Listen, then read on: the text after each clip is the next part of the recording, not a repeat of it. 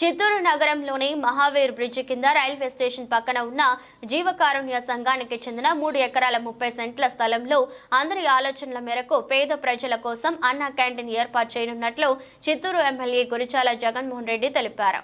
మంగళవారం ఆ స్థలాన్ని ఆయన పరిశీలించారు. మీడియాతో మాట్లాడుతూ ఎండోమెంట్ కు చెందిన ఈ స్థలాన్ని కొందరు ఆక్రమించుకున్నారని, సమస్యలు ఉన్నాయని స్థానికులు తన దృష్టికి తీసుకురాగా వెంటనే స్పందించి తన సొంత నిధులతో ఆ స్థలంలో ఉన్న ముళ్ల కంపను శుద్ధి చేయడం జరిగిందన్నారు. ప్రస్తుతం అధికారులతో సంప్రదించి త్వరలోనే పెద్ద ఎత్తున అన్న క్యాంటీన్ ఏర్పాటు చేసి పేద ప్రజలకు అనురాధ కార్యక్రమం చేపడతామన్నారు. ఈ స్థలం ద్వారా వచ్చిన ఆదాయాన్ని సేవా కార్యక్రమాలకు వినియోగిస్తామని స్పష్టం చేశారు.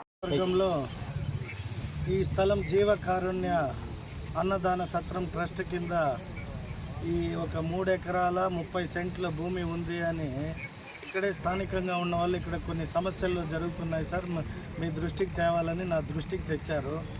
నేను మన ఎండోమెంట్ అని అవును సార్ ఇది పలానా దీంట్లో ఉంది అని చెప్పారు. సో ఇమీడియట్గా నా సొంత నిధులతోనే దీన్నంతా క్లీనింగ్ చేయించి ఇవాళ కన్సల్ట్ అధికారులను పిలిచి విచారించినాం ఏం చేయొచ్చు ఏమి అని.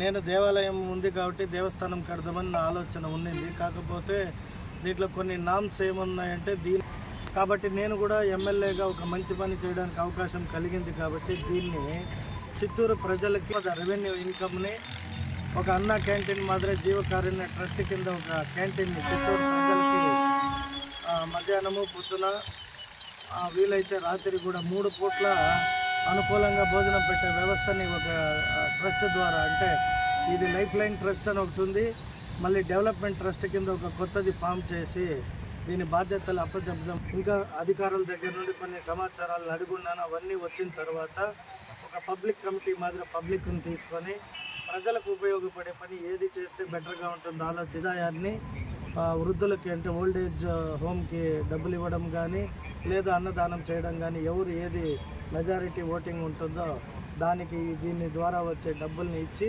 విజిట్ చేస్తున్నాం.